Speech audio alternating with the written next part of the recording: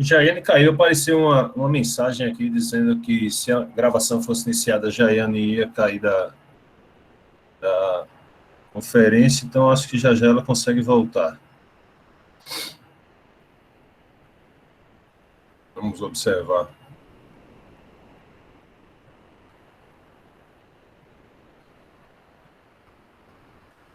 Pessoal, todos vocês estão entrando com o e-mail do Gmail? Alguém não está entrando com o e-mail do Gmail?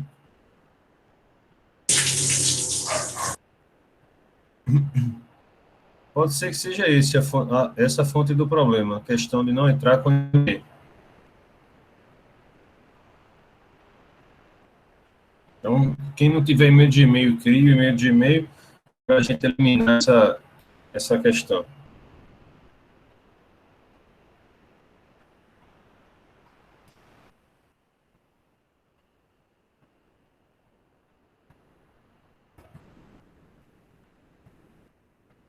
Deixar aqui pronto, o Jane voltou. Beleza. Então, na última aula, a gente discutiu o serviço ADSL, daí discutimos alguns serviços de enlace, né? Isso estava presente também na tarefa de casa. Pessoal, para a gente conseguir fazer uma avaliação mais particionada, né? Cada uma dessas tarefas de casa, que é realizada em dupla, vai ter uma pontuação, né? Então, a gente está na aula 15 e 16, então a gente já teve a tarefa de casa do dia 13 e 14, vai ter a tarefa de casa da aula 15 e 16, da aula 17 e 18 também, que vai acontecer na sexta-feira, nesse mesmo horário, 10h40. Então, cada uma dessas tarefas vai ser atribuído um ponto, tá? Que vão compor aí a segunda nota do primeiro bimestre. E aí os outros 7 pontos, eu estou pensando em a gente fazer uma avaliação oral e também uma avaliação online, dividindo essa pontuação para compor os 10 pontos. Essa é a ideia. Então, não deu tempo de eu corrigir ainda as tarefas de casa de vocês, mas até o final do dia eu já faço as correções e atribuo a pontuação. Então, vale um ponto cada tarefa de casa dessa, ok? Vamos pegar aqui nos slides. Continuar aqui o que a gente viu na última aula, né? Vimos que a internet funciona no modelo de comunicação chamado de melhor esforço, né? Enquanto tiver recursos para lidar com as transmissões, né? Os comutadores, chamados no livro do curso de computadores, e aqui a gente chama de roteadores, enquanto eles tiverem capacidade de armazenar temporariamente os pacotes enviados pelos clientes, ele fará isso. No momento em que não houver mais condições de fazer esse armazenamento temporário, os pacotes são simplesmente descartados. Vimos a questão do endereçamento IP ser hierárquico, né? Parte dele tem o significado de qual rede eu pertenço, e parte dele o endereço dentro daquela rede. Deixa eu tirar aqui, isso ficou sobrando. Vimos a tabela de roteamento com o comando route-n, e vimos um traceroute gráfico, né, via internet, a partir do site do Registro BR. Então, dando continuidade com o assunto,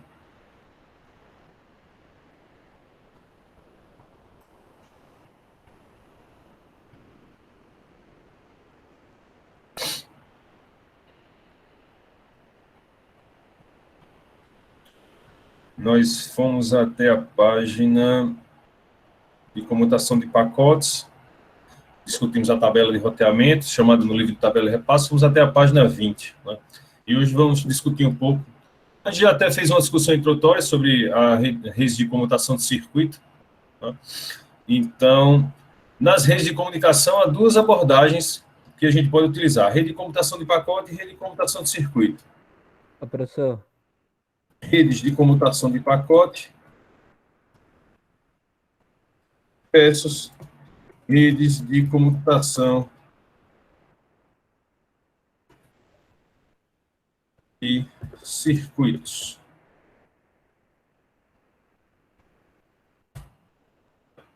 Nas redes de comutação de pacote,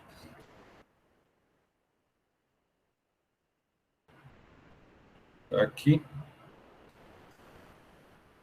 Professor. Oi. O Eric Cleves está pedindo para o senhor permitir ele para entrar na... Certo.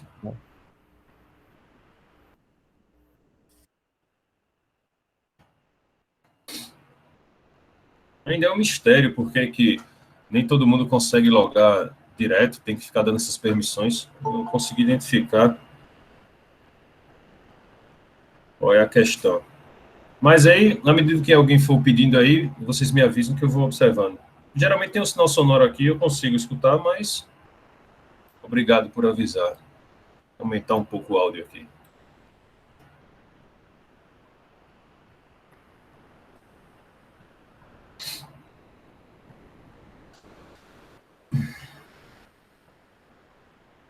Então, as redes de computação de pacote. Uma aplicação de rede estima sinais trocam mensagens entre si, a gente já sabe isso.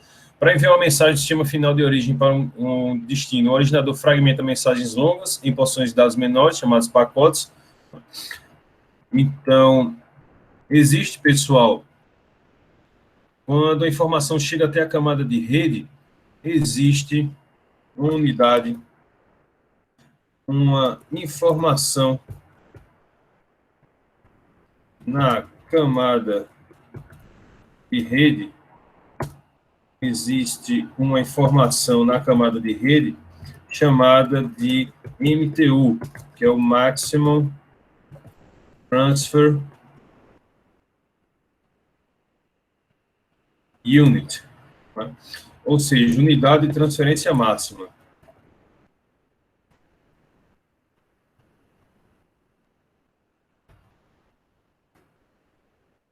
A gente já comentou sobre isso na aula anterior, não preciso nem reescrever aqui. Então, a gente já tinha visto, né, a questão do Maximum Transfer Unit, e na saída do comando ifconfig a gente consegue observar esse valor, né? A gente coloca aqui o comando ifconfig, a gente vai observar em cada um dos enlaces vai ter informação do MTU. Deixa eu anotar isso para ficar claro aqui. Então, independentemente do tamanho do arquivo, do tamanho da informação, do tamanho da mensagem que eu quero transmitir, ela vai ter que ser particionada respeitando, na camada 3, vai ter que ser particionada respeitando o valor do MTU. Vou dar aqui para uma interface.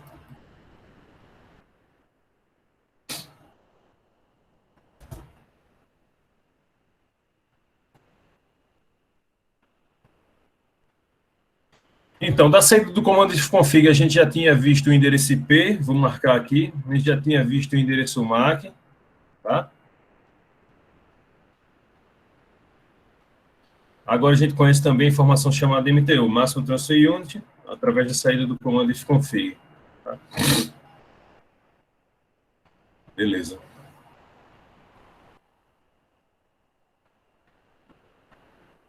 Quem tem origem e destino, cada um deles percorre laços de comunicação e comutadores pacotes, também, tudo ok, a gente já comentou sobre isso.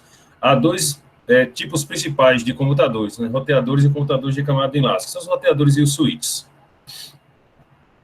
Transmissão armazena e reenvia, a gente já também discutiu isso na aula anterior, né?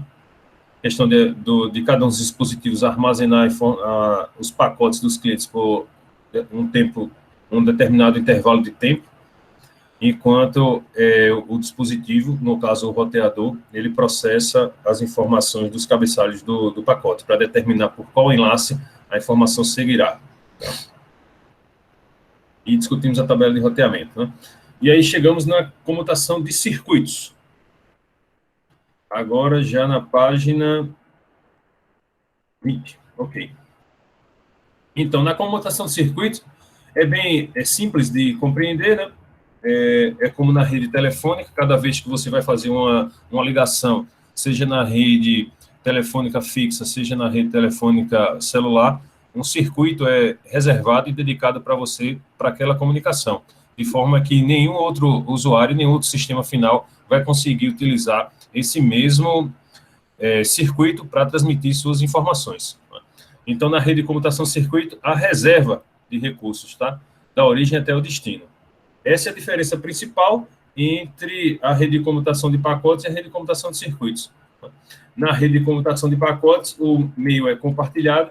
Na rede de computação de circuitos, o meio é exclusivo. E aí cada um tem sua vantagem, tem sua desvantagem, né? Cada uma das abordagens. Na rede de comutação de circuito, mesmo que você esteja com uma ligação telefônica estabelecida, se você não estiver falando nada, como por exemplo, se eu fizer aqui 5 segundos de silêncio e estivesse numa rede de comutação de circuito, o recurso estaria reservado, não estaria sendo utilizado. Né? Você fecha o circuito para aquele par de clientes que está se comunicando na rede telefônica, e se ambos ficarem em silêncio, nada vai ser transmitido, mas de toda forma o recurso vai estar reservado, não vai poder ser utilizado por outros usuários. Né? Essa é a vantagem, é você ter o recurso reservado, né? E a desvantagem é que ele não pode ser utilizado por mais ninguém. Se ficar ocioso, vai ter a operadora telefônica, ela investiu naquele recurso e aquele recurso vai ficar ocioso mesmo com os usuários reservando o circuito, mas sem transmitir informação. Em contrapartida, na rede de comutação de pacotes, o que acontece é que o meio é compartilhado e aí eu posso fazer com que diversos clientes usem aquele recurso, né, simultaneamente. Em contrapartida, eu não vou poder utilizar o recurso total para um cliente, né, já que vai ter compartilhado, já que o meio vai estar compartilhado. Então, tem essa desvantagem, né? Se eu quiser transmitir muita informação, eu vou ter que esperar a minha vez no meio compartilhado para conseguir transmiti-la. Algo que não seria necessário na rede de comutação de circuito. Tá? Então, rede de comutação de circuito, vantagem. É exclusivo para cada um dos clientes e a desvantagem, se ninguém tiver transmitindo informação, o recurso fica ocioso. Na rede de comutação de pacotes, né, a desvantagem é que eu compartilho, né, e já que está compartilhado, eu vou ter que esperar a minha vez e falar. Em contrapartida, para a operadora, isso é vantajoso, porque ela usa um meio só para transmitir informações de vários clientes. Aí tem uma discussão, né, de vantagens e desvantagens sobre rede de computação de pacote e rede de computação de circuito.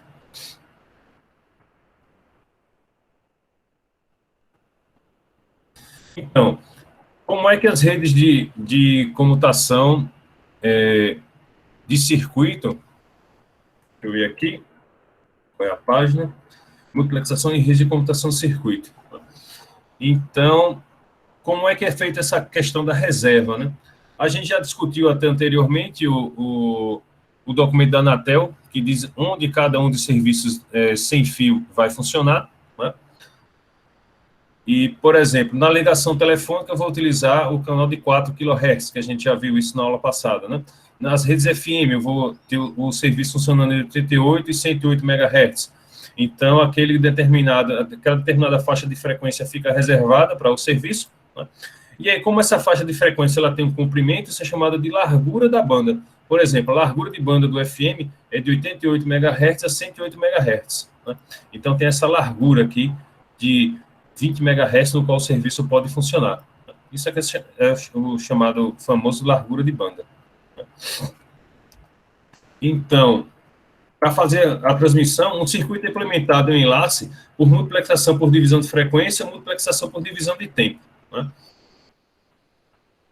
Então, na multiplexação por divisão de frequência, cada serviço vai funcionar numa frequência diferente, e na multiplexação por divisão de tempo, né, a transmissão é feita em canais de tempo. Então, cada retângulo desse aqui, 1, 2, 3, 4, representa uma certa quantidade de tempo, como, por exemplo, 1 segundo.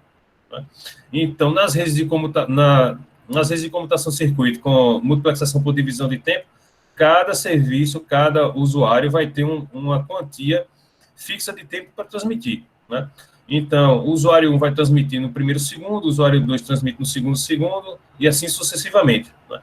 Se não houver nada para transmitir por aquele determinado usuário, ele vai ter que esperar a vez dos demais usuários, dos demais serviços, para só então conseguir fazer a sua transmissão. Tá? Então, já que nas redes de comutação de circuito o meio é reservado, eu vou ter que esperar a minha vez para poder falar, né? Já que tem a reserva do recurso.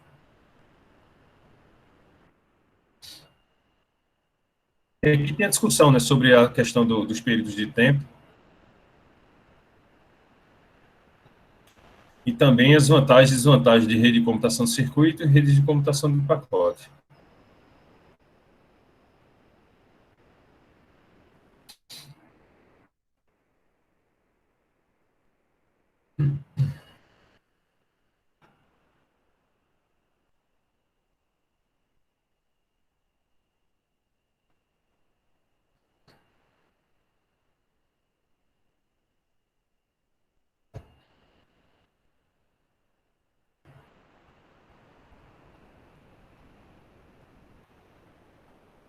Nessa versão nova dos slides nem tem a discussão sobre a hierarquia dos provedores. Né?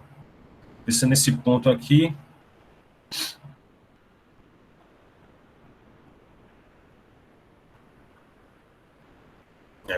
Então, pessoal, a gente chega aqui ao item 1.3.3 do livro, já na página 23, e eu vou fazer uns desenhos aqui para a gente discutir essa hierarquia de provedores. Então, pessoal, como é que funciona a questão da comunicação mundial na internet? Como a gente já discutiu em aulas anteriores, a conectividade para o cliente final é feita através de provedores locais. Então, o termo geral para provedores é ISP, que é Internet Service Provider, provedor de serviço, internet.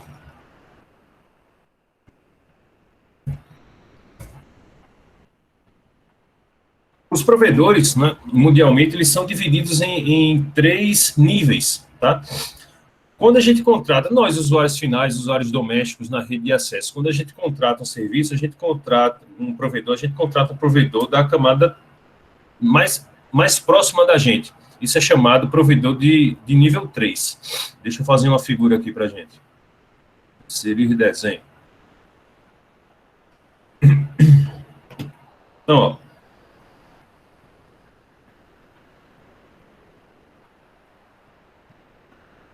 Cadê?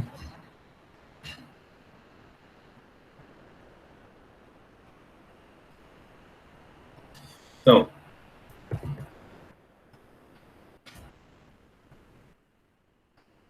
o ISP nível 3, agora se eu fizer esse desenho aqui, quando eu fechar, eu já não vou ter mais como acessar de novo. Salvar e fechar. Aqui eu posso editar? Posso, beleza. Então, quando a gente contrata, por exemplo, existe a OPS como opção para a gente contratar provedor diretamente para nós, como usuários finais, né, como clientes. E existe também dá uns exemplos aí, pessoal, de provedores que estão próximos a gente, que vocês contratam aí. Quais são os provedores de vocês? VCNet. PCNet? É isso? Escreve aí no chat para eu conseguir ver. O que eu uso eu não sei. Loop?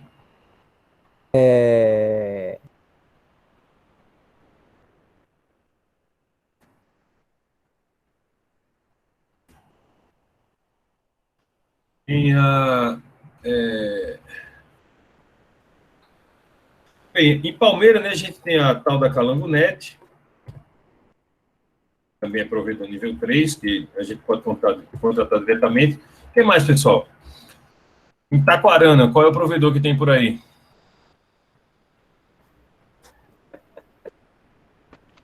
Lá não chegou a internet, não, professor.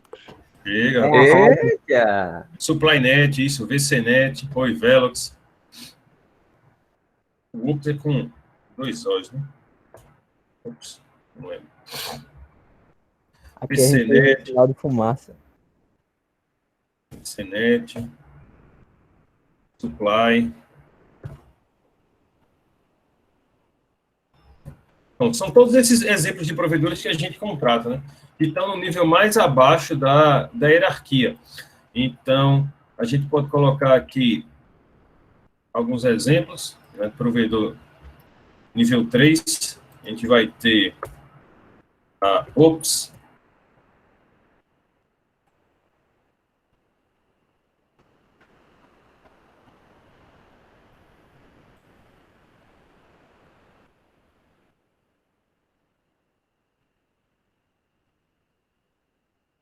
a gente vai ter a Supply,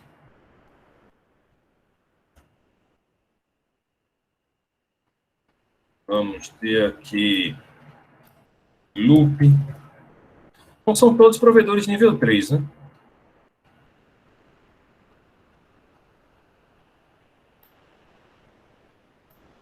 alguns exemplos, tá? Então, são os provedores que nós, usuários finais, contratamos, né? Mas, por exemplo, se a gente quiser acessar um site nos Estados Unidos, se a gente quiser acessar um site fora da nossa região, por exemplo, a SupplyNet, a estrutura física da SupplyNet, ela vai aí na região, abarca a cidade de Palmeira dos Índios, eu acredito também existe a SupplyNet em outras cidades da região, né? A Loop é a mesma coisa, a UPS aí tem um alcance no estado de Alagoas, então todas elas têm um caráter de conectividade regional, tá? Então, esse primeiro nível de comunicação que existe entre os provedores de acesso é de caráter regional. Então, por exemplo, se a gente for acessar o site da UOL, né, que está sendo fornecido, o servidor da UOL fica armazenado em São Paulo, como é que a gente vai conseguir atingir o servidor da UOL, já que os nossos provedores só têm acesso regional?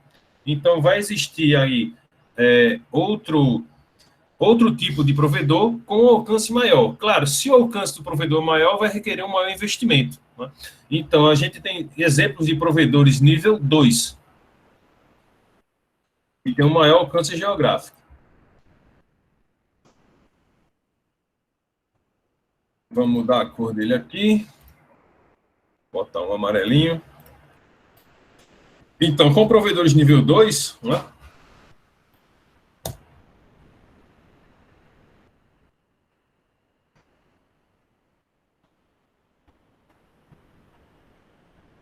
a gente vai ter os provedores nível 3 vão alugar os serviços dos provedores nível 1 para conseguir ter uma comunicação em uma extensão geográfica maior. É assim que funciona, tá? Então, provedor nível 2 mais conhecido no Brasil é a Embratel. Embratel é o grande provedor nível 2 que fornece conectividade para os provedores nível 3, né?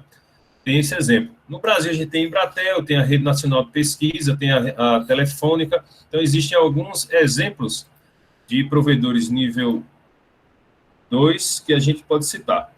Então, provedores nível 3, UPS, Loop, Calango, VCNet, Supply. Provedores nível 2,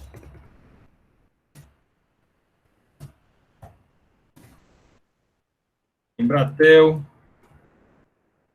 A Oi também tem alcance nacional, Telefônica, RNP, por exemplo, o link do Instituto, lá em Palmeira, ele é fornecido através da RNP, a Rede Nacional de Pesquisa. Então, a gente pode até procurar aqui, ó, no e-mails, procurar por figuras, Backbone, RNP. Então, tá aqui, ó, como é que a RNP fornece os enlaces. Vamos visitar aqui o site. Então, a rede de alcance nacional da RNP é chamada Rede IP, que faz referência à árvore, né, uma árvore nativa aqui do Brasil, o IP. Então, deixa eu abrir aqui em uma nova aba, para a gente conseguir observar. Então, o backbone da RNP, né, a espinha dorsal de comunicação da RNP, tem essas características, né? Em fevereiro de 2014, essa imagem é com referência a fevereiro de 2014. Vamos ver se a gente encontra uma mais recente. Panorama do tráfego, RNP.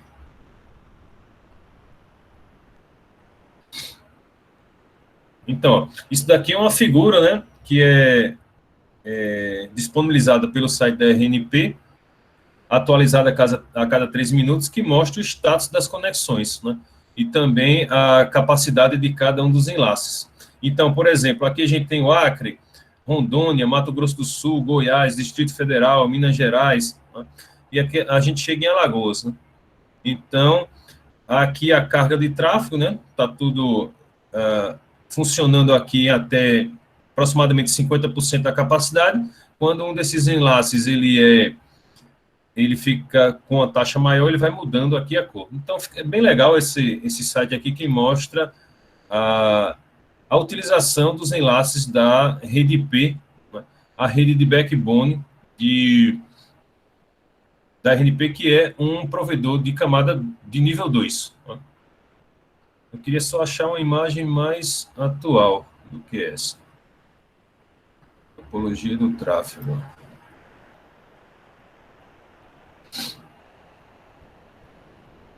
POP RNP, POP Santa Catarina. Vou colocar aqui essa figura como exemplo. Porque em 2014, provavelmente esses enlaces já estão mais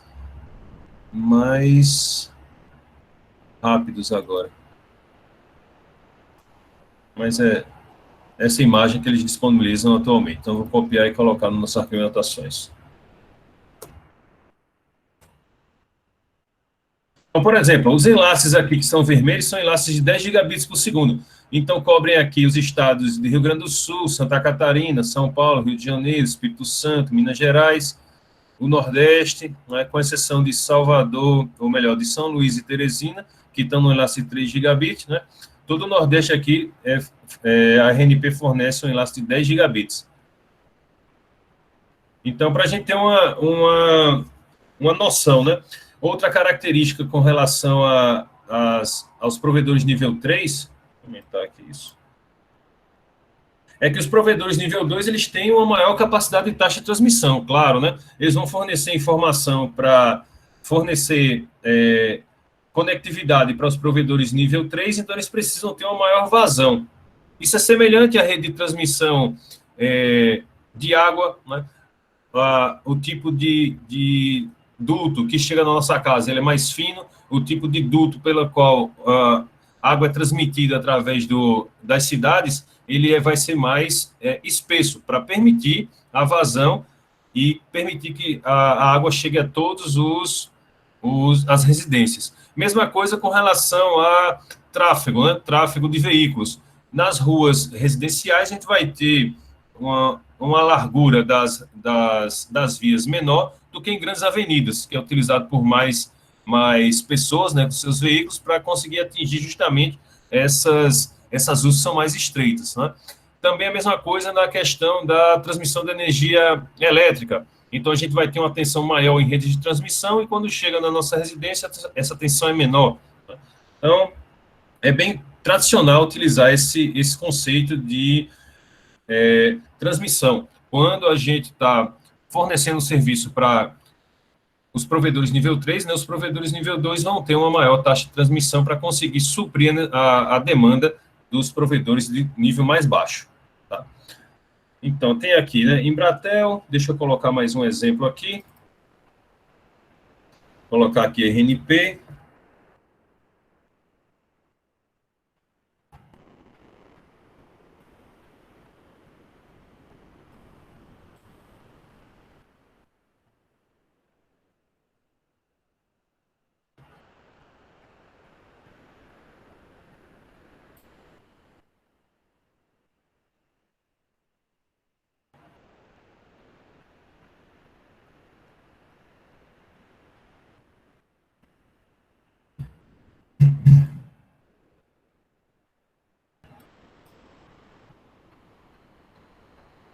E aí, pessoal? Tudo bem. Isso aqui a gente consegue fazer uma cobertura de abrangência nacional ou até continental, né? Você pode ter algum desses provedores nível 2 que atendem todo um continente. Mas e para conseguir alcançar a internet mundialmente, né? Então, a gente chega no nível de provedor mais alto, que é o provedor nível 1. Tá? Vou citar aqui o exemplo da Verizon. A Verizon é um provedor nível 1 americano que possui uma rede de fibra óticas mundial. Então, o raciocínio se mantém.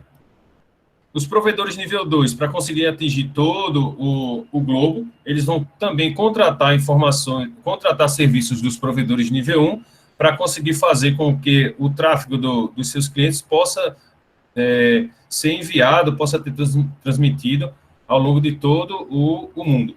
Então, se a gente coloca aqui no Images Backbone Verizon,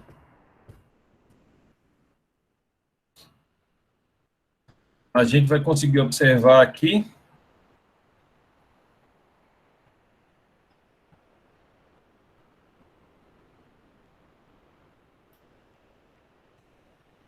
E a estrutura da Verizon, ela tem uma cobertura de fibra ótica e também por satélite, que engloba todo o mundo.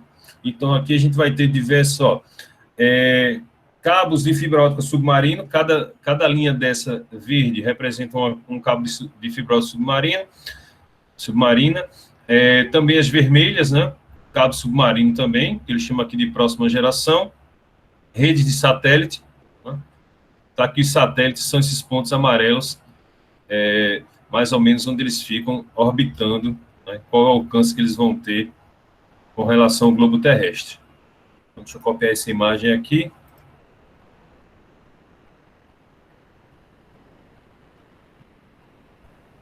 Então, esse daqui é o exemplo de provedor nível 2, RNP, Rede Nacional de Pesquisa, fornece conectividade de alcance nacional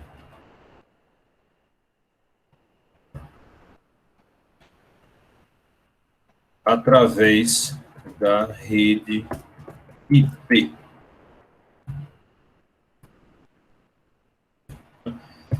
Foi uma boa sacada, né, uma boa analogia de chamar de rede IP justamente por causa do protocolo IP, né, do endereçamento IP. E aqui a gente tem a rede mundial da Verizon. Exemplo de provedor nível 1, Verizon. Tinha outros provedores nível 1, né? Outros exemplos de provedores nível 1. Tem o provedor, tem a AT&T, e aqui eu tenho um documento que, caramba, agora para achar vai ser um pouco demorado. Eu não reservei ele antes. Tem um documento aqui que discute 14 provedores nível 1. Vou colocar aqui para lembrar, para fazer disponibilizar. Lembrete. Disponibilizar artigo sobre provedores nível 1.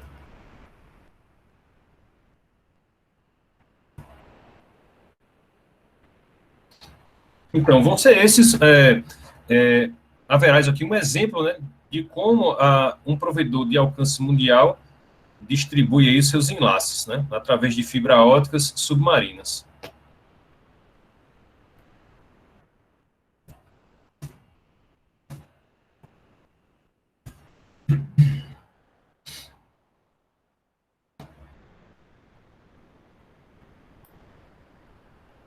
Então, alguns outros exemplos de provedores nível 1. Tá? A NTT, era essa que eu estava tentando lembrar o nome, a NTT, que é uma japonesa, tá? Aí a gente vai ter aqui também, ó, China Telecom, também provedor de nível 1. Os provedores de nível 1 que fornecem serviço para os determinados países, determinados continentes. AT&T, Verizon, Sprint, né?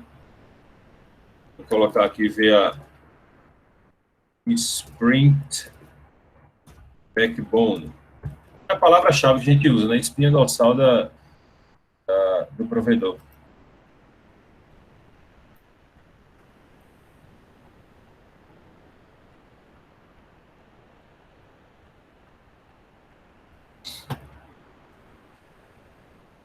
Então tá aqui, né? Fica bem semelhante, né, ao que acontece na Sprint também. Vamos ver o NTT.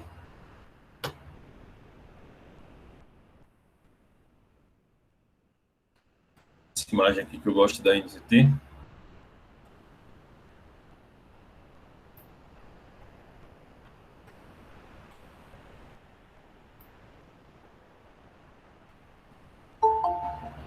E mostra aqui, né, também a conectividade. Essa está com baixa resolução.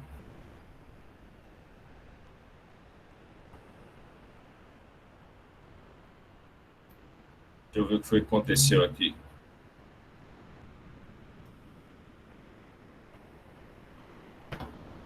Beleza.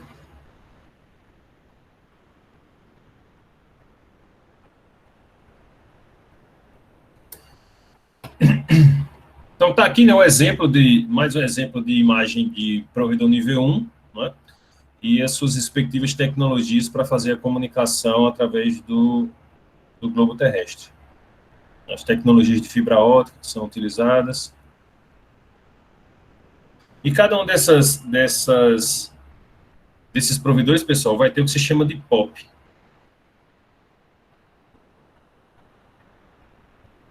POP é o ponto de presença.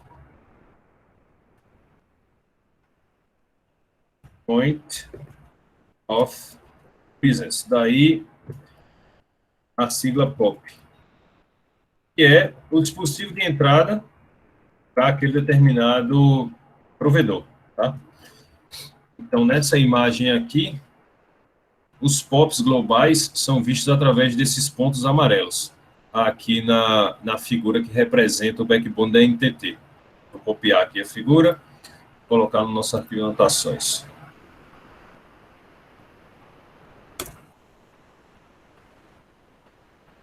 Exemplo de provedor nível 1.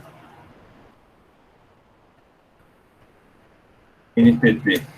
Então, pessoal, vocês já tinham ideia dessa questão da distribuição hierárquica dos provedores de acesso? Fala aí. Já tinha escutado falar nisso antes? Não. Não? Então, vocês podem consultar também, beleza. Podem consultar também aqui na página, a partir da página 23 do livro, a questão sobre os provedores de acesso e as 3 hierarquias. ISP regional, né?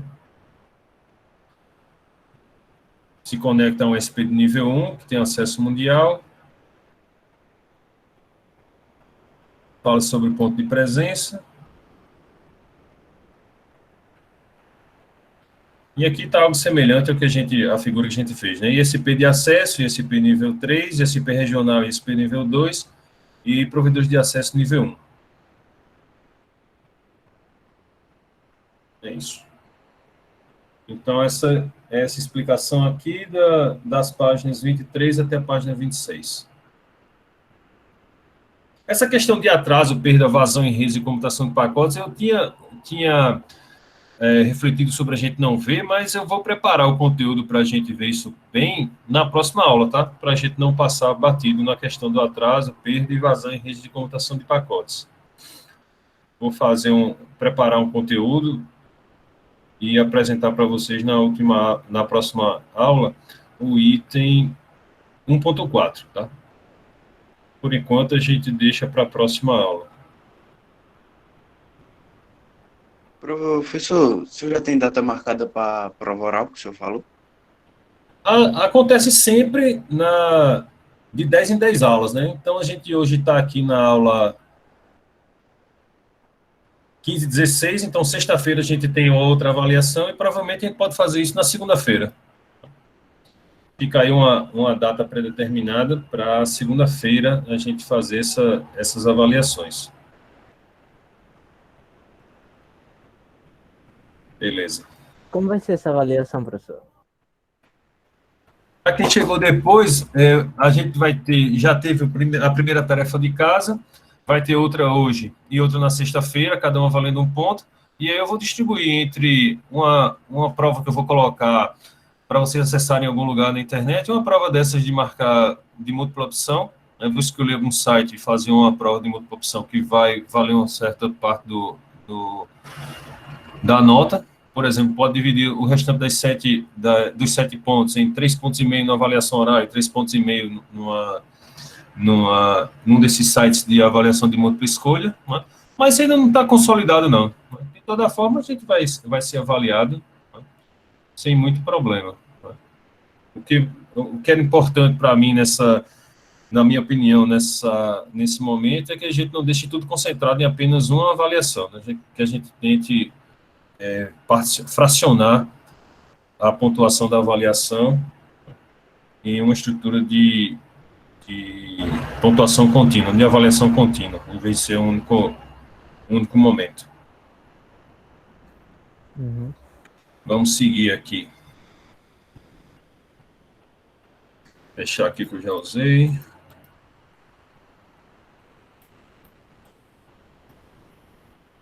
Beleza. Então, a gente alcança aqui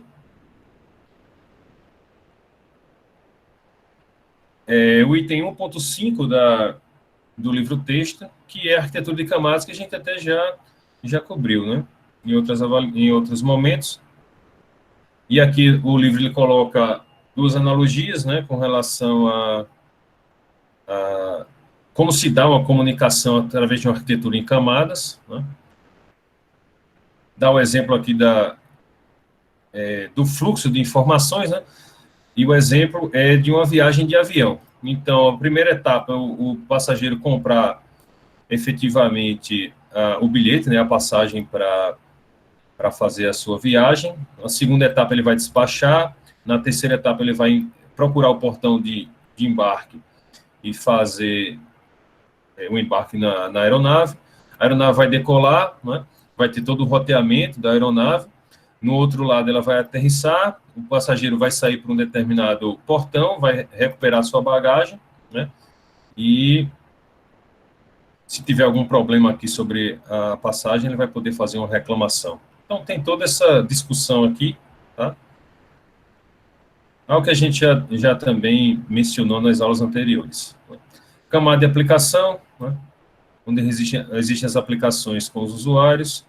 A camada de transporte. E aqui o nome de cada uma das informações, né? Segmento. E aí existe uma diferença de nomenclatura, tá, pessoal, do livro do Kuroso com relação às demais literaturas, né? No livro do Kuroso, ele chama a unidade de informação, quando chega na camada de rede, de datagrama. Mas todo o restante de literatura chama... isso é chamado de PDU. Deixa eu anotar aqui. PDU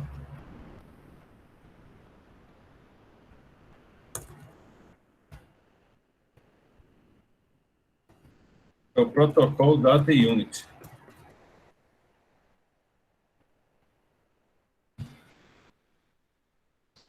Perfeito. A unidade de dados do protocolo.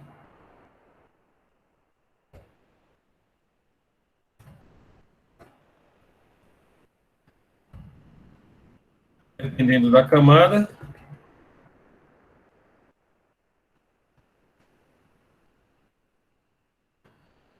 a unidade de informação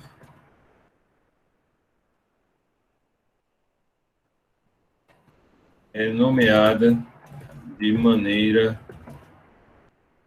diferente. Então, aqui no livro, embora a gente use a palavra datagrama para a camada de rede, no livro a gente vai usar ao longo do ano letivo a palavra pacote. Na camada de enlace, a informação bate, né? Quadros. Na camada física, bits individuais, sinais. Então, aqui, ó, pilha de protocolo de internet de 5 camadas, aplicação, transporte, rede, endereço e aplicação, transporte, rede, enlace físico, né? E o modelo referencial, que a gente já estudou também no momento anterior. E aqui vocês podem ter mais informações sobre o modelo referencial. Essa figura aqui é bem legal para a gente entender o conceito de encapsulamento, tá? Então, chega aqui no item 1.5.2, a gente já discutiu a presença dos cabeçalhos. Então, hospedeiros, roteadores e comutadores de camada de enlace, cada um contém um conjunto diferente de camadas, refletindo suas diferenças em funcionalidade. A informação sai da camada de aplicação, né? E é a mensagem efetiva que o usuário quer transmitir e chega até a camada de transporte.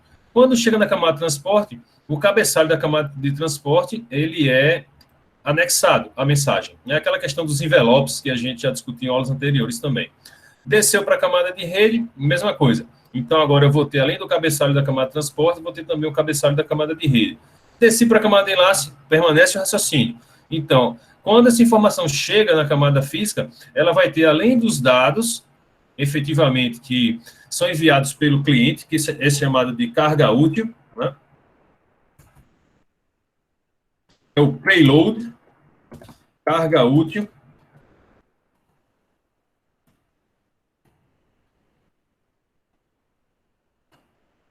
que é a parte da mensagem que leva efetivamente os dados que o usuário deseja transmitir. Então, aquela questão que eu já falei de transportar uma carga, né? Quando você vai transportar uma determinada carga, contrata uma transportadora e vai despachar uma carga, além do peso da carga em si, você também vai ter que gastar combustível para levar o peso da carroceria do caminhão, o peso do motor do caminhão, o peso da caçamba do caminhão, quase que não chega a palavra, né? Da carroceria do caminhão. Então, você vai ter um custo, né, de combustível também para transmitir o peso do próprio meio de transmissão, né? No caso, o peso do caminhão. Então, essa analogia que eu faço geralmente para explicar o que é payload, né, a carga útil. E seria esse M aqui, tá? A mensagem. Então, essa informação é codificada, vai para o switch dentro da rede, né? E aqui, ó, bem interessante esse formato. Quando chega aqui no switch, o switch vai consultar o cabeçalho da camada de enlace, né? O HL, o cabeçalho da camada de enlace, para saber para qual porta ele vai encaminhar a informação. Qual porta do switch. Então, quando essa informação vai ser trafegada na internet, ela vai até o roteador, e o roteador vai subir até a camada de rede para conseguir extrair o endereço de destino e conseguir encaminhar a informação. A gente viu isso, né, na última aula, através de um diagrama do dia. A gente estudou esse conceito na última aula, questão do roteamento. Então, vocês podem também consultar aqui, né, fazer essa leitura. E esse chega no item 1.6. Deixa eu pegar aqui e voltar para os slides. Lembrando que a gente vai voltar para o item da discussão do atraso, tá? Ainda na próxima aula. Então, tem aqui as características de cada uma das camadas: camada de rede, camada de enlace, camada de aplicação, transporte, dois protocolos na camada de transporte, TCP e UDP, confiabilidade, não confiabilidade. Isso daí a gente já discutiu bastante. E tem uma discussão introdutória, aqui já no capítulo, no primeiro capítulo, no item 1.6, né? Rede sobre ameaça. Então, tem explicação do que é malware, botnet, worms. Tem alguns tipos de ataques que são discutidos, por exemplo, o ataque chamado DOS, né? Eu sei que a questão de segurança gera bastante interesse, né, por parte de vocês. E existe um tipo de ataque chamado Denial of Service, é o DOS.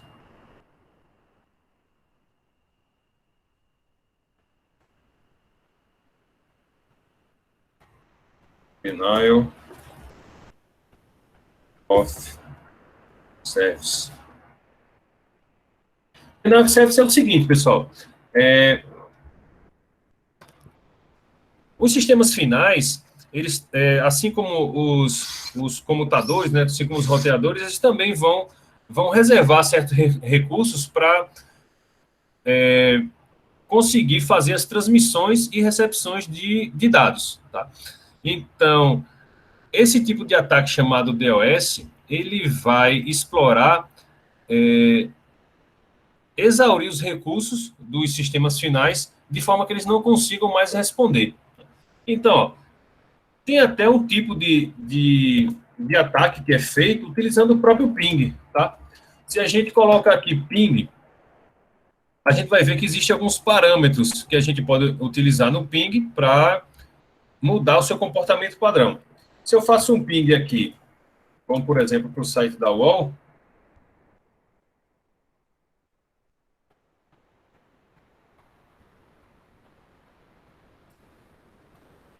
vou botar outro site aqui que seja mais curtinho, a gente consiga ver tudo.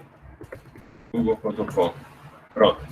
Então aqui, ó, o comportamento padrão do ping é mandar uma mensagem de 1 em 1 segundo, tá? Eu consigo acelerar esse tipo de mensagem utilizando o parâmetro "-i" do ping. Então, i de intervalo, de quanto em quanto tempo eu vou mandar uma mensagem. Utilizando a página manual do ping, né? Como a gente já sabe, cada comando no Linux é associado a uma página manual. O "-i" aqui vai informar para a gente quantidade de tempo em segundos que deve ser aguardado para envio de cada pacote. Então, se eu coloco o ping "-i 1", google.com, vai ser enviado uma tentativa de conectividade com o destino de 1 em 1 segundo. Se eu coloco aqui "-i 0.5", então agora eu aumento a frequência com a qual eu estou enviando informações para o site do Google, tá? Eu posso ir além e colocar aqui ponto 1. E aí, ó, vê, quando a gente coloca ponto 1, ou seja, mandar uma mensagem que 1/10 de segundo em 1/10 de segundo, em 1 segundo eu vou mandar 10 mensagens, o próprio comando ping já alerta aqui, ó, você não pode fazer um flood, que é qual é a tradução de flood? Um enchente, né? Não pode aumentar tanto assim a frequência do envio de mensagens. O máximo permitido para o seu usuário é de 200 milissegundos. Então, se eu coloco aqui 0,2, né, eu aumento a frequência do ping, tá vendo? E aí, para você conseguir fazer um ping em menos de 0,2 segundos, você vai ter que ser privilegiado, você tem que colocar o surdo na frente. Com o surdo, eu consigo aumentar a frequência, tá? Então, aí, agora, nesse momento, eu estou mandando 10 mensagens por segundo para o site do Google, né, fazendo com que ele tenha que aumentar a sua frequência de resposta com relação às minhas solicitações. E eu posso aumentar ainda mais, né? Posso mandar aqui agora 100 mensagens por segundo, olha só a frequência. Então, ó, isso aí aumenta bastante, tanto na minha máquina, quanto na máquina que está tentando responder, a quantidade de processamento. Então, existe um tipo de ataque de denial of service chamado ping of death, é o ping da morte.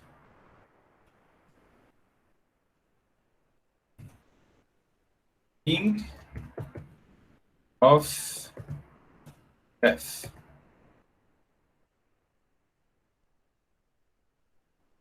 E o que é que está sendo matado no ping? Está sendo matada a capacidade do destinatário da mensagem de responder, tá? Então, vê.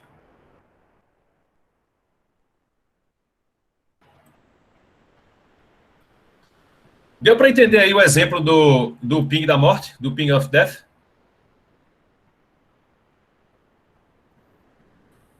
Alô? Deu? Então, é um exemplo, né, de tipo de ataque de denial of service. Entendeu? Beleza. Além disso, pessoal, o que pode acontecer? Tem também um tipo de ataque, deixa eu voltar aqui para o livro, que é o DDoS, que é o Distributed Denial of Service. No tipo de ataque DDoS, que é o Distributed DOS, o que é que acontece? Vários atacantes sincronizam o momento de ataque a um determinado alvo.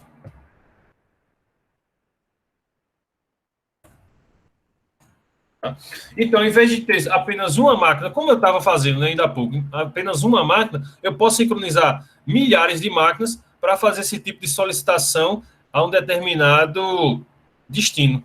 Tá? Então, isso vai aumentar ainda mais a capacidade vai sobrecarregar ainda mais a capacidade de resposta, né, desse alvo que está sendo atacado, e pode ser que um cliente que esteja fazendo um acesso legítimo a um determinado site não consiga obter resposta, porque o servidor daquele site está respondendo freneticamente a essas solicitações, como, por exemplo, o ataque de DOS distribuído do ping da morte. Né? Entenderam aí?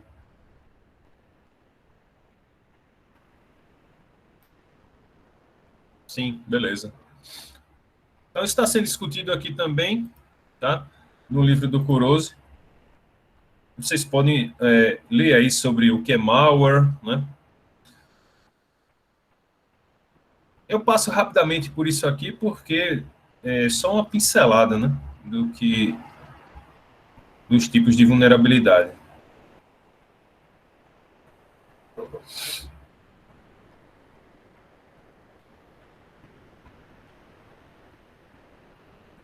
E aí também é citado sobre sniffer, né?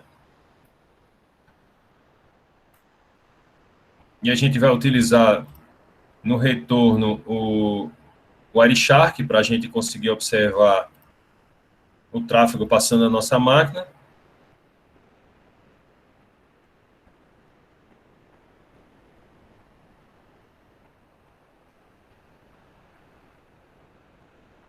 E é isso. Com relação à parte de segurança, vocês podem fazer a leitura também aqui do restante dessa sessão, para ter informações, até maiores informações sobre como o ataque DOS é realizado. Por exemplo, o atacante aqui, ele consegue invadir diversos dispositivos, né, e consegue sincronizar o ataque através dessa invasão. E aí cada um desses computadores é chamado de zumbi, cada um deles que vai contribuir com esse ataque chamado o ataque Denial of Service distribuído.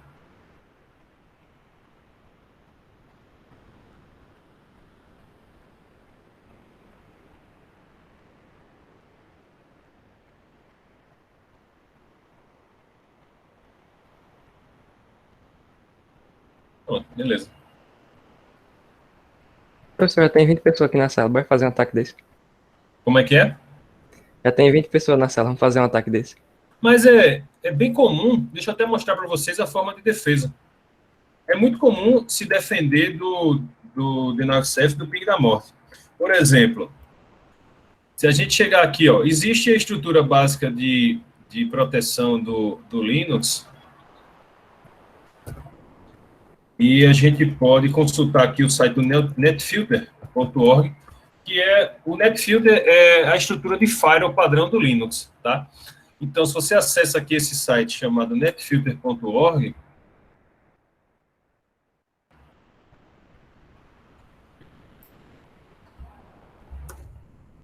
netfilter.org, o netfilter é o firewall do kernel do Linux,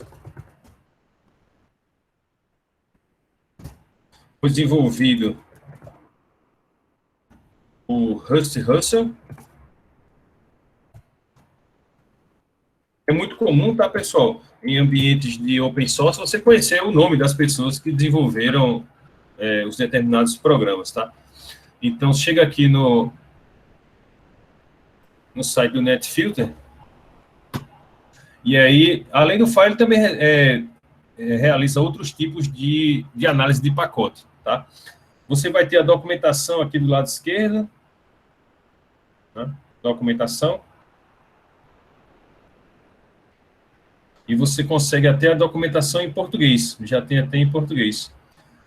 Deixa eu achar aqui, Package Filtering. Achar aqui a versão em português. Então, tá aqui. Vou botar aqui no arquivo de anotações também. Janela diferente. Deixa eu organizar minha vida aqui. Pronto.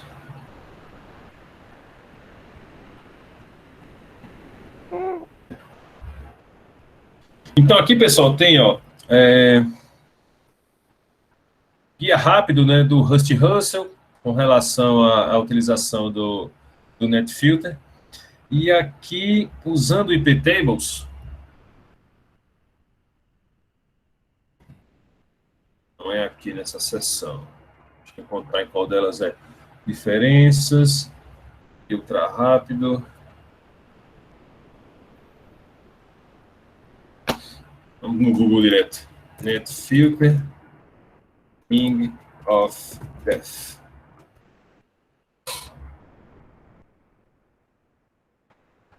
Package filtering, how to. Qual é a página?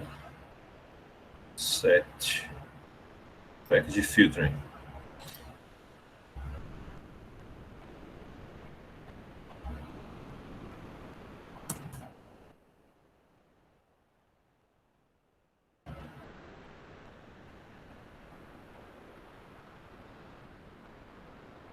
É isso mesmo. Tem uma forma de pegar tudo de uma vez só. Filtragem, utilizando btchains, filtragem. Não. O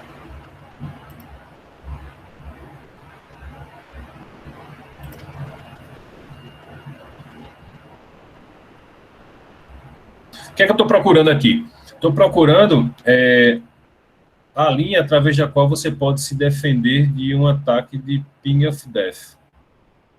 A linha do firewall do Linux. Mas não estou encontrando. Eu achava que era aqui que ficava nessa seção. Chains.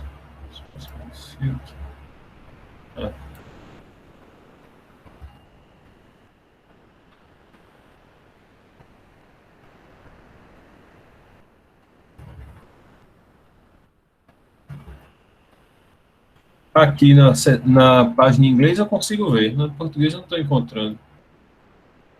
É o Package Filtering How to Set. Porque essa versão aqui é o 6. Essa é a diferença. Página 7. 10. Vamos botar aqui 7.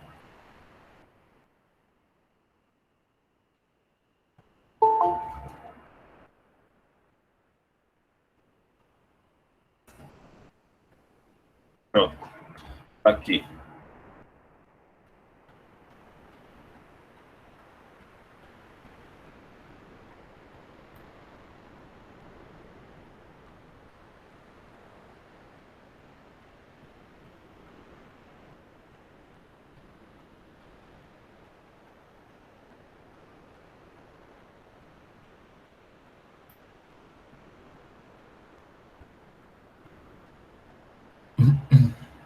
Vamos lá. Então, ó, aqui nessa parte da documentação do firewall do Linux, né, a infraestrutura chamada NetFilter, e o comando através do qual você consegue acessar a estrutura do NetFilter é o chamado IP Tables. Então, a gente tem aqui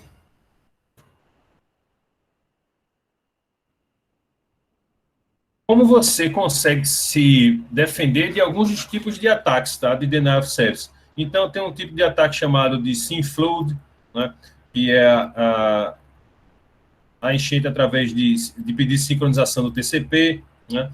Tem scanner suspeito, você tem um comando chamado Nmap no Linux, através do qual você consegue fazer escaneamento das portas do TCP, né, e tem o Ping of Death, né. O Ping of Death, o Ping utiliza um protocolo chamado ICMP, Internet Control Message Protocol, a gente vai estudar ele mais na frente também, tá? E usa o tipo da mensagem chamada Echo Request. Então, o ping é um pedido de eco, né? O que é um eco? Você fala ou faz alguma emissão de mensagem vocal e se o lugar tiver eco, aquela mensagem vai rebater em alguma superfície e voltar para você. Então, o ping é isso, é um pedido de eco, né? Esse ping que a gente utiliza normalmente. Então, ó, essa linha aqui é bem interessante, que ela contém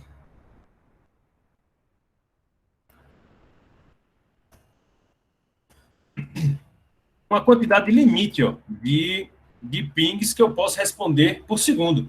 Então, eu limito aqui para cada origem, eu vou limitar a quantidade de pings que eu respondo de 1 por segundo. Então, se eu aumento aqui a minha frequência, né, coloco para 100 mensagens por segundo, eu posso filtrar do meu lado, no lado do servidor, e permitir que eu responda apenas, das 100 mensagens, eu respondo apenas uma. Isso aqui eu consigo continuar aumentando a frequência, né? Agora eu vou me dar 1000 mensagens por segundo. Olha só como vai ficar. Então fica muito rápido, né, a frequência. Sequer o meu dispositivo consegue enviar informações na frequência que eu estou solicitando. Tão rápido que eu estou pedindo. Então, ó, somente 75% dos pacotes foram respondidos. Ou melhor, houve uma perda aqui. Ah, não, é 0,7. Houve uma perda de 0,7 dos pacotes que foram enviados, né? 1.874 foram transmitidos, 1.860 foram recebidos. Deixa eu fazer um ping aqui normal para a gente discutir essas estatísticas. Bom, quando eu faço um ping normalmente, eu vou ter aqui e cancelo a emissão do ping, por exemplo, deixa eu chegar em 10 mensagens aqui. 10 mensagens cancelei. No final do ping é fornecido aqui uma estatística do resultado do teste, tá? Então, foram transmitidos 10 pacotes foram recebidos, houve uma perda de 0% de pacotes e o tempo médio de ida e volta foi de 20 milissegundos, tá? Não, o time aqui não é o tempo de ida e volta, né? Eu esqueci o que é esse time, vamos dar uma olhada. Ping. Time. Average time.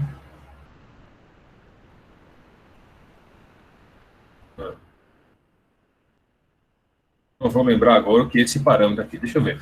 10 pacotes foram transmitidos, 10 foram recebidos, 0% de perda. E tempo de 20 milissegundos. Eu não lembro o que é esse parâmetro aqui desse tempo. De toda forma, aqui embaixo a gente vai ter as estatísticas de tempo de volta. Então, aqui no ping, a gente vai ter a quantidade de informações que foram enviadas, né, para o determinado destino. Aqui a gente está notando que está sendo enviado para uma versão de IP que não é a 4, é a versão 6 do IP, que a gente vai estudar também mais à frente. Tá? Tem duas versões que são utilizadas atualmente na internet, que é a versão 4 do IP e a versão 6, IPv4 e IPv6. Tá? Aqui o número sequencial de cada um das mensagens que está sendo enviado. O time to life, que é a quantidade máxima de dispositivos que eu vou passar da origem até o destino, antes de considerar o destino inalcançável. Né? Só lembrando aqui do dia que a gente utilizou, da origem até o destino, eu vou passar por diversos roteadores. Cada vez que eu passo por um roteador, esse valor do TTL é decrementado. Então, saiu aqui da minha máquina um TTL 53. Então, eu vou ter aqui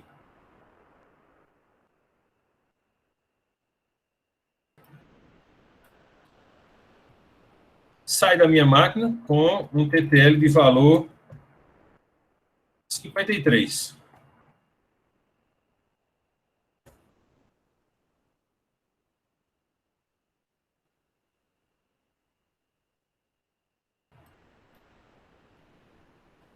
Então, saiu da minha máquina valor 53. Ao passar pelo primeiro roteador, esse valor do TTL é reduzido, tá? Decrementado. Então, no segundo dispositivo, ele foi para 52.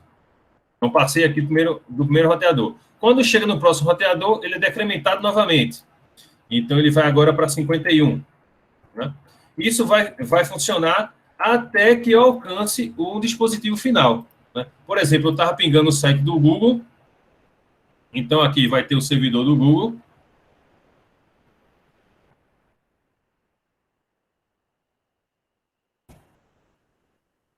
www.google.com. Essa informação vai ser decrementada em cada roteador que eu passo. Né? Chegou no próximo roteador, né? Decremento mais uma vez, então vai para 50. No caso de eu rodar tanto a internet e não conseguir alcançar o meu destino antes do TTL zerar, né? vai ter um determinado momento aqui que o TTL passou por tantos roteadores que vai alcançar zero. Então, quando esse TTL é zerado, quer dizer, eu não consegui atingir meu destino, né? Seja lá por qual foi o motivo. Isso é para evitar, pessoal, que um pacote fique trafegando indefinidamente, né, através da internet. Então, ele só vai ter a oportunidade de alcançar o destino no máximo do TTL que é definido. Se esse TTL zerar, uma mensagem é enviada para o emissor da informação dizendo, olha, não consegui alcançar o destino. Isso evita que pacotes fiquem trafegando indefinidamente na internet. O que seria um grande problema de congestionamento, né? Se a gente não tivesse um mecanismo desse de extinguir a transmissão se, nos casos em que o pacote não consegue atingir o seu destino. Então, isso aqui é o TTL.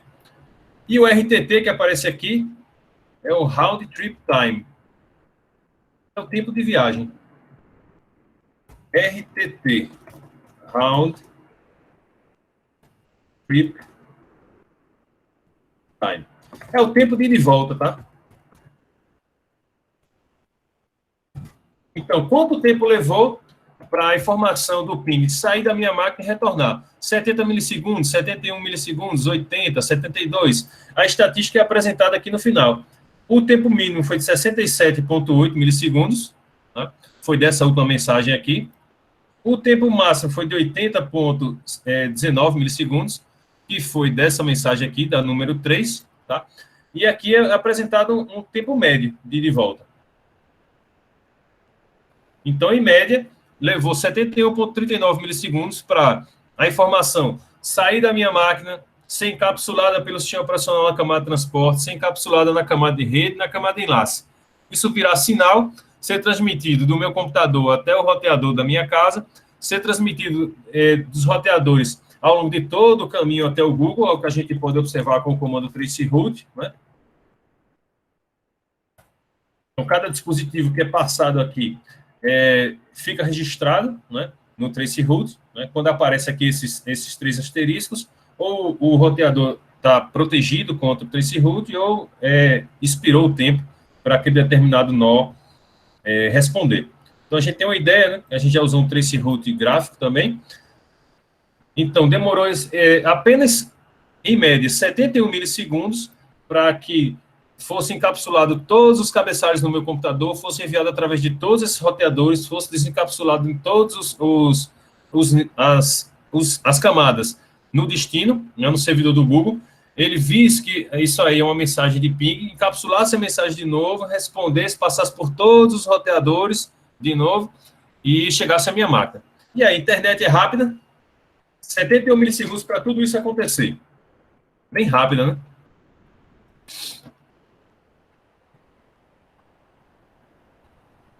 É um exemplo aqui que eu tinha para mostrar para vocês com relação ao ping. Então, ataques de DDoS são muito tradicionais de serem defendidos, e uma das formas de fazer a defesa, se seu servidor for um servidor Linux, é utilizando a estrutura do NetFilter, tá? Claro, isso aqui tem muitos parâmetros que a gente necessitaria de explicação, mas o que eu quero mostrar para vocês é esse aqui. É o parâmetro de limite, onde eu consigo limitar a quantidade de respostas que eu vou dar a uma determinada origem, se ela estiver pingando o meu servidor. Então, o comando iptables é utilizado para ter acesso à estrutura de firewall do Linux. Tá? E firewall, pessoal, é um serviço que você implanta na sua rede para conseguir fazer a inspeção do tráfego que está chegando, tá? E aí, se esse tráfego for nocivo, você pode simplesmente descartar esse tráfego já na entrada da sua rede. Por exemplo, de novo aqui, ó, no dia. Aqui a gente vai chegar no site do Google, tá? E aí, tem um símbolo do firewall aqui em algum lugar. É esse aqui. Geralmente, esse aqui é o símbolo que é utilizado para o firewall, tá?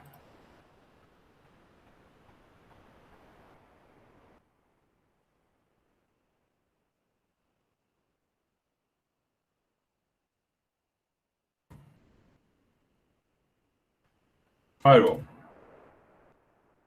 E ele vai ser responsável aqui por fazer a filtragem do tráfego que está entrando na sua rede para você conseguir já identificar e eliminar tráfego nocivo.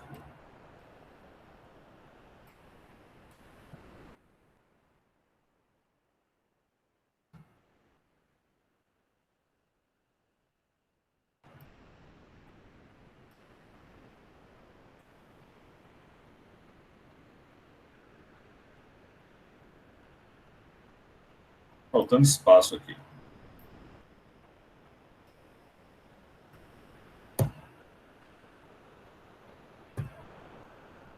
E esse firewall, pessoal, ele pode ser tanto implementado através de um dispositivo separado, tá? Existe um conjunto de equipamentos chamados appliances.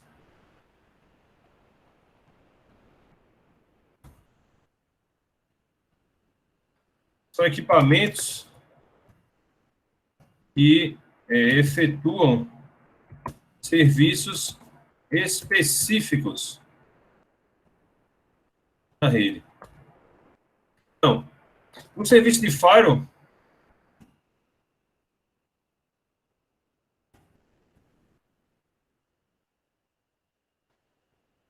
que é uma análise dos pacotes que adentram a rede e permite identificar e eliminar tráfego nocivo,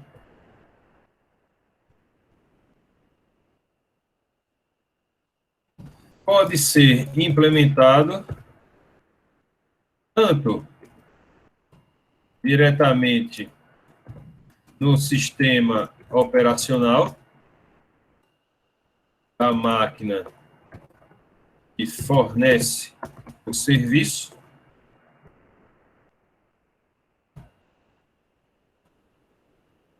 quanto diretamente por hardware, através desses appliances.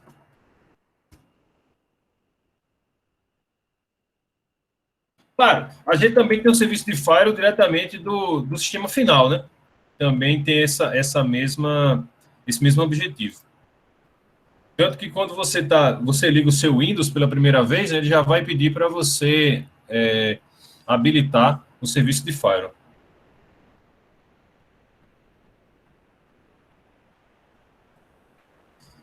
No comando acima,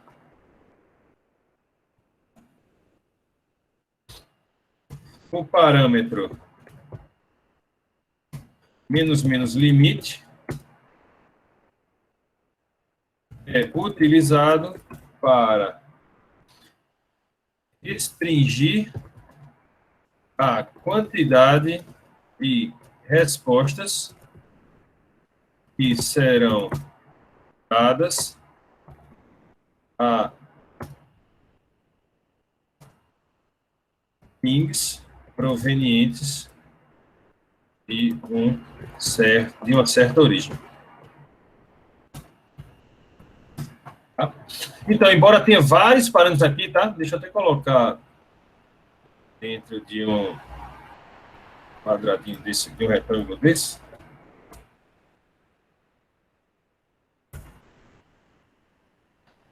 Embora existam vários parâmetros, claro, seria necessário uma aula, várias aulas para explicar como funciona o firewall do Linux. A gente coloca aqui só esse exemplo para vocês verem, terem ideia de como se defender de um ataque do tipo DDoS do ping da morte.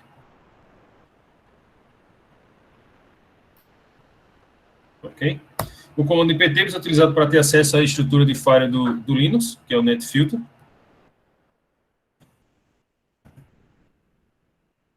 No comando acima, o parâmetro menos limite é utilizado para restringir a quantidade de respostas sendo dadas a pings provenientes de uma certa origem. Tá? Então, eu limito aqui, está limitado a uma resposta por segundo, que é o parâmetro 1 por segundo.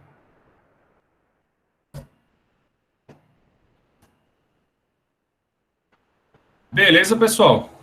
Então, além aqui do texto, né, está presente aqui sobre as questões de rede sob ameaça, vocês podem ler, né? A gente também deu alguns exemplos práticos de como um ataque é efetuado e como pode ser defendido.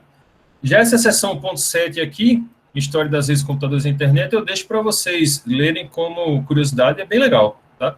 Redes proprietárias, tem um histórico de toda a nomenclatura da internet, né? O que é DARPA, o que é ARPA, ARPANET, ALOHANET. Isso é bem interessante para a gente ver como a internet surgiu e como foi a explosão, tá, do acesso à internet. Que assim como, dando um exemplo, né, em paralelo do que a gente está passando hoje, com a questão da pandemia, que ela cresce em ritmo exponencial, não é? O crescimento da internet na década de 90, na década de 2000, também teve um crescimento explosivo, né, exponencial. Aqui nessa seção 1.7.5 já traz algo mais recente, então fica bem legal a gente ver isso aqui, porque já tem uma discussão mais sobre a nossa realidade, né, recente. Redes sociais, né, quais tipos de serviços são utilizados, já fala até da nuvem da Microsoft, do Azure, fala da Amazon, do EC2, serviço de nuvem. Então fica interessante aqui para a leitura, esse item 1.7. Então, desse primeiro capítulo, fica para a próxima aula 2 sessões que eu saltei, tá? E foram, deixa eu reduzir aqui, a questão da vazão nas redes de computadores, tá? A gente vai discutir com cuidado na próxima aula. E essa sessão é 1.4.4 e 1.4.1. 1.4.1, 1.4 como um todo. Beleza. A gente fica para ver na próxima aula, sessão 1.4 desse primeiro capítulo, e já começa o capítulo 2. Deixa eu anotar aqui. Próxima aula.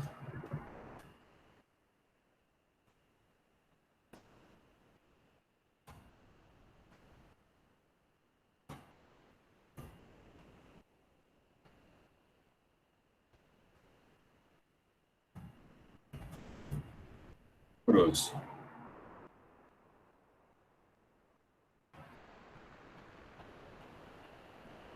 Beleza.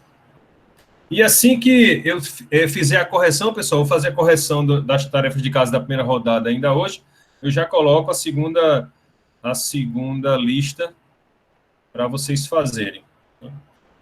Vamos dar uma olhada logo aqui.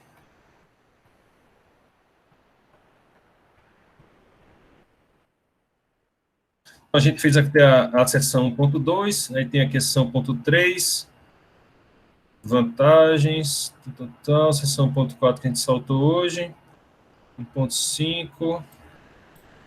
Isso daqui a gente já contemplou no primeiro momento, né, no primeiro mês de aula.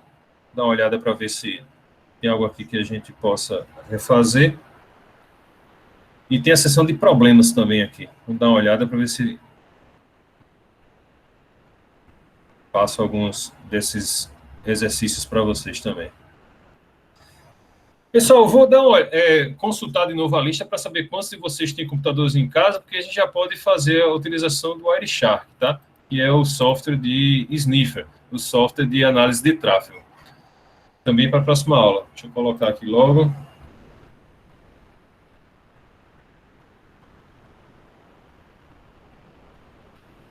Levantamento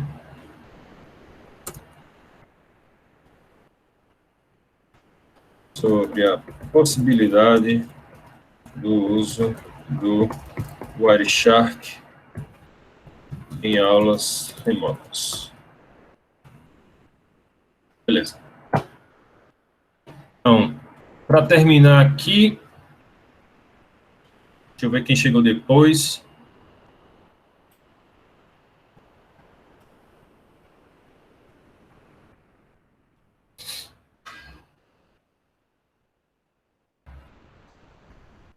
Adalto chegou. Danilo. Danilo também. Pericletos também. João Pedro. João Pedro está sem... Não, João Pedro... Está sem conectividade em casa, pessoal? Vocês sabem dizer?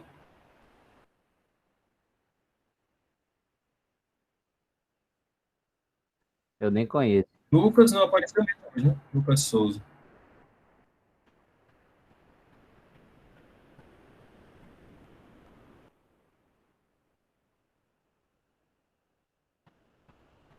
Daiane. Aí. Cássia. Também. Matheus. Matheus chegou?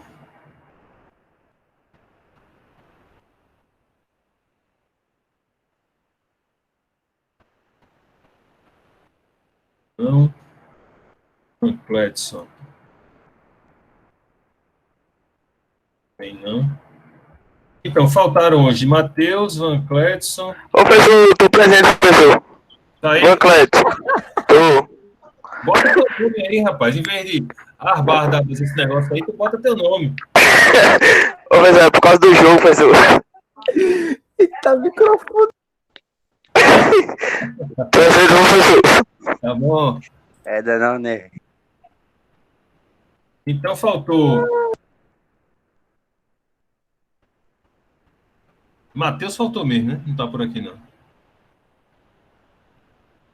Beleza. Então, foram dois alunos faltaram. Beleza. Por hoje é isso, pessoal. Já atingimos aí o nosso horário, né? 12h18, já deu o suficiente. Então, corrija as tarefas de casa ainda hoje e manda a segunda rodada para sexta-feira, tá? Eu vou deixar marcado aqui novamente. Já deixar marcado. Deixa eu pegar aqui o título.